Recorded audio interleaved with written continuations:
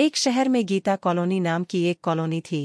उस कॉलोनी में कई फ्लैट बने हुए थे और कुछ अमीर लोगों के बंगले भी थे। उसी में एक छोटे से फ्लैट में एक गरीब सा परिवार रहता था। ठीक उसी गरीब परिवार के फ्लैट के सामने एक अमीर परिवार का बड़ा आलीशान सा बंगला था।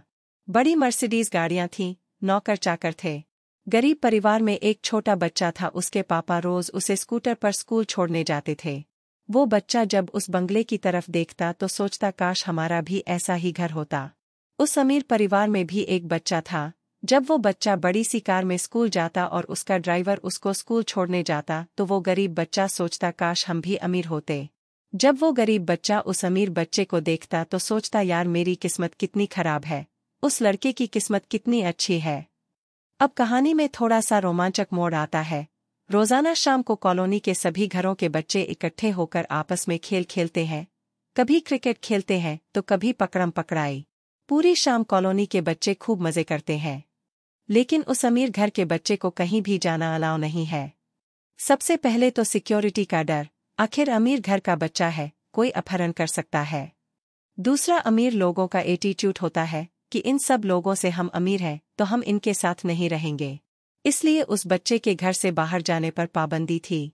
अब वो बच्चा रोजाना शाम को अपने बंगले की छत पर खड़ा होकर उन कॉलोनी के सभी बच्चों को मस्ती करते देखता तो उसकी आंखों में आंसू आ जाते।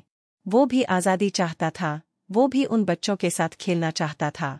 उस बच्चे के घर में हजारों खिलौने थे लेकिन उसके साथ खेलने वाला कोई नहीं था।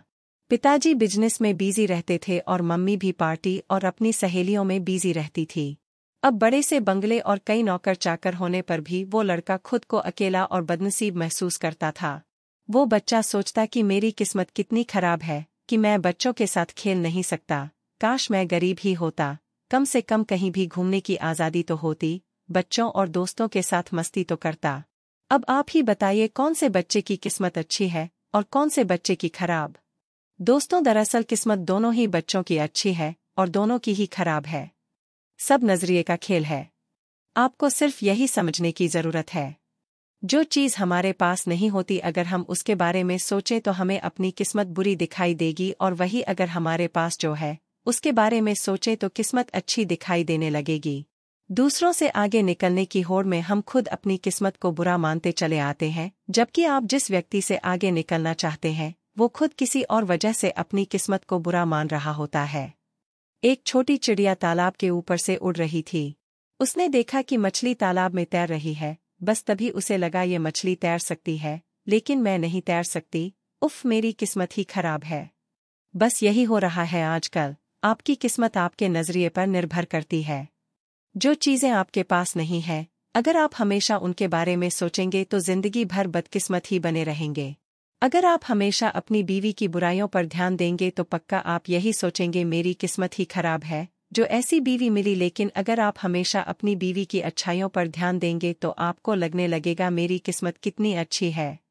ये सिर्फ कहने की बात नहीं है, आजमा के देखिए, फिर आप खुद जान जाएंगे। आपकी किस्मत आपके हाथ में है। हर परिस्थिति के दो पहलू होते हैं, सकारात्मक और नकारात्मक। अगर आप सकारात्मक नजरिए से देखेंगे तो किस्मत अच्छी दिखाई देगी और नकारात्मक नजरिए से देखेंगे तो किस्मत बुरी ही दिखाई देगी। हमें आशा है कि ये आर्टिकल आप सबके नजरिए को बदलने में बड़ी मदद करेगा, और जैसे ही नजरिया बदला बस आपकी किस्मत भी उसी पर बदल जाएगी।